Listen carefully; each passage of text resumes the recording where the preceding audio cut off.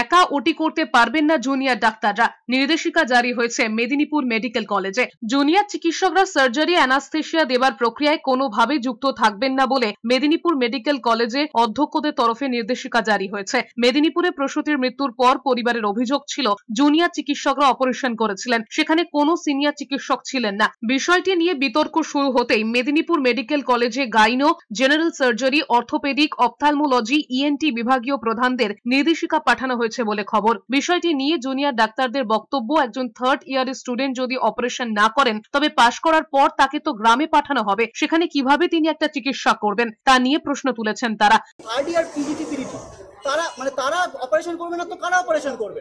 আজকে থার্ড ইয়ারে একজন চিকিৎসক যদি ইন্ডিপেন্ডেন্টলি চিকিৎসা না করেন, তিনি পাস করার পর দিন তো তিনি গ্রামে যাবেন।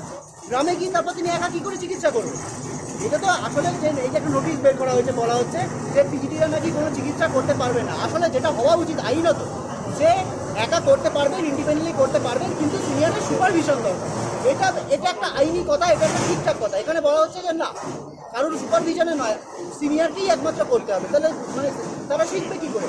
তদন্তভার পেয়ে মেদিনীপুর মেডিকেল কলেজ ও হাসপাতালে গিয়েছেন সিআইডির দল। মঙ্গলবার সকালে সিআইডির একটি 2 সদস্যের প্রতিনিধি দল হাসপাতালে যান। কথা বলেন মেদিনীপুর মেডিকেল কলেজের অধ্যক্ষ মৌসুমী নন্দী এবং সুপার জয়ন্ত রাউতের সঙ্গে। হাসপাতালের সিনিয়র চিকিৎসক, নার্স এবং জুনিয়র চিকিৎসকদের সঙ্গেও কথা বলেছেন সিআইডির অফিসাররা।